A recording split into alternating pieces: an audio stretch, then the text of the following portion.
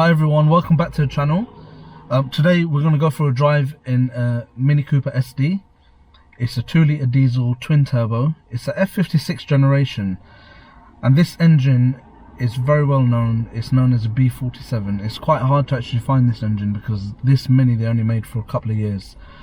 And this engine, the reason it's really exciting, it's 170 horsepower, but it's really detuned from the factory. So if you were to remap this, it would be kicking out 240 horsepower because it's used in so many, it's used in 3 Series, 5 Series, X1, X2, so on and so forth. So it's a strong engine. It's got around 270 pounds of torque, and in something this small, the Mini that I'm in now is actually a 5-door as well, so it weighs around 60 kilos more than your normal 3-door one, but I'm sure it's still going to be fun to drive, so let's get on with it. Right, so I think the first thing to say is actually really cozy in here. Feels quite small. The thing is that a Mini is not a Mini anymore, is it? This is probably the similar size to an Astro Focus, but it does feel pretty cramped in here. I think you'd struggle to get 5 people in for a long journey. Probably 2 adults in the back is enough. And the steering is pretty direct as well, so nice and easy to park. It's got kind of good turning circle as well. I think one of the first things we'll do, we'll get the MPG test out of the way. Even around town, like, the ride is pretty stiff. You've got quite a few different settings. So the 3 main ones are, you've got a green mode, which is eco. So what that does in terms of the throttle, it holds it back a little bit, so your miles per gallon technically should go up. Then you've got what's known as MID mode. That's just normal driving. Steering's relatively sharp, suspension's okay, a little bit stiffer. And then the sport mode, that's the one that really it makes the suspension really stiff, and the steering's really, it's quite weighty. So this, as Mini like to say, it gives you a full-on go-kart feel. So it's probably not something you really want to drive around in go-kart mode around town. If you're on some good A roads, I think fair enough. Being a diesel, I'm not a huge diesel fan, but this one, it has got a lot of torque, and I think that comes from the fact that it's so detuned anyway. It would be really interesting to have this remapped and see what a difference it makes. For those of you watching in the UK, this is actually a really sensible car in the sense that it's a diesel, right? Miles per gallon in the book is around 68. Road tax in the UK at the moment, January 22, is £20. So this might obviously go up in the future. And the really important thing is it's ULEZ compliant. It's a Euro 6 engine. So you've kind of got best of both. It's going to be quite hard to find something with this performance and it's compliant. You can drive it in London, you can drive it in any other clean zones that are up and coming at the moment. Like places like Birmingham, you're going to face a charge as well, unless you're in something that's Euro 6 if it is diesel. So those of you familiar with the channel, we're going to do the usual Motorway MPG test. It isn't realistic, but it allows me to compare every car that we get on the channel. So it's simple, 60 miles an hour, 10 miles, and then let's look at what the average is.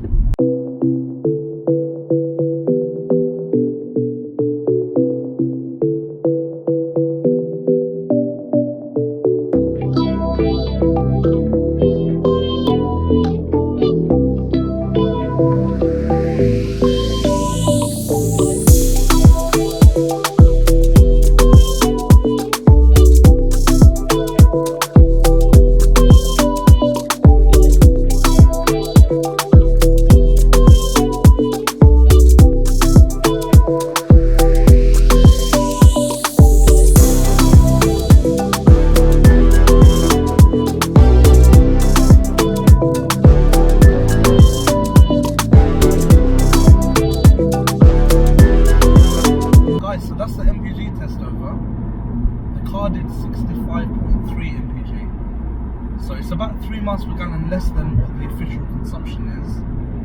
One of the reasons for that is in the UK at this time of the year we've got an additive in the diesel, so it makes it a bit thicker, prevents the diesel from actually freezing on cold days, but it does have the knock-on effect of impacting the economy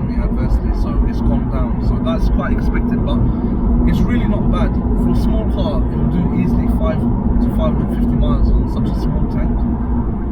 Just driving on the motorway now, it doesn't feel like a small car. It's pretty windy out there today as well, but I can't feel the car getting pulled around. It's got all the creature comforts that you'd expect. It's got electric windows all around. It's got climate control. Because it's essentially BMW, this particular car hasn't got a heads-up display, but that is an option. Radar cruise control is also an option. This one's just got the normal one. So there's just so many things that you can spec it up, and before you know it, having a Mini gets really, really expensive. So something like this is a good compromise. It's pretty quick. We're gonna time the 0 to 60 a bit later in the video as well, so look forward to doing that. Guys, so I've got the decibel meter on, and it's averaging around 73. So actually, it's a bit loud. It says the equivalent of a vacuum cleaner or loud conversation. So I think partly it's to do with the fact that it's got run flat tyres on it as well. They're low profile, they're pretty wide. At 70 miles an hour, it's ticking over at just 2,000 revs. So that really helps the fuel economy. And it's really a surprisingly relaxing drive, given the fact that, look, it's a Super Mini, it's small, it's meant to be a small car. It's pretty comfortable in here. Let's see what it's going to be like on the A-roads. Something that's really nice about this is there's no mistaking you're in a Mini. It's written everywhere, on the door sills, on the headlights even. There's all sorts of little details where it's trying to tell you that you're in something special. And I quite like the design. There's literally no way you'd know the difference. Apart from the sound, you wouldn't know the difference between this and the Cooper S. The exhaust is identical, the kit is identical. It's really a nice subtle way. No one would know that you've chosen to get a diesel instead. Guys, so look, on the small roads it's a lot of fun. It's really, really direct. The steering's good. The grip's good as well. I'm really not a fan of run flat tyres, but they're not bad. We've come a long way.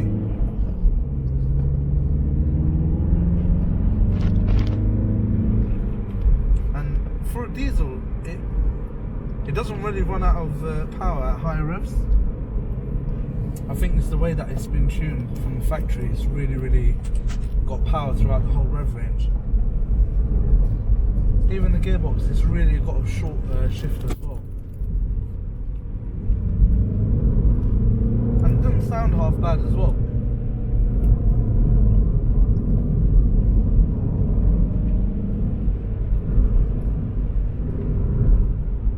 The only thing I'd say, where it's really stiff, I can feel it skipping a little bit.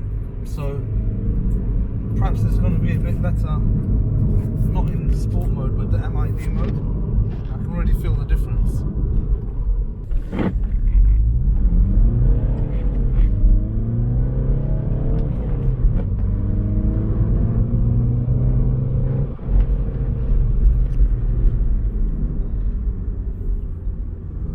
Right guys, so in summary, actually I quite like driving this. It's something that you can use to go to work and back. It's pretty good on fuel, like we can see from MPG and £20 road tax. And as we saw on A-roads, it can be quite fun. The handling's pretty good. The fact that it's got a diesel engine's a little bit heavier than the petrol on the front, you can't really tell. I mean, maybe on a track, but on your day-to-day driving, it's pretty fun. I think it's a good car. And it was, even pretty quick, as we saw on the box, in terms of the timings. So guys, thanks for watching. I'm going to end the video right here. Don't forget to give the video a like and share it with family and friends. And if you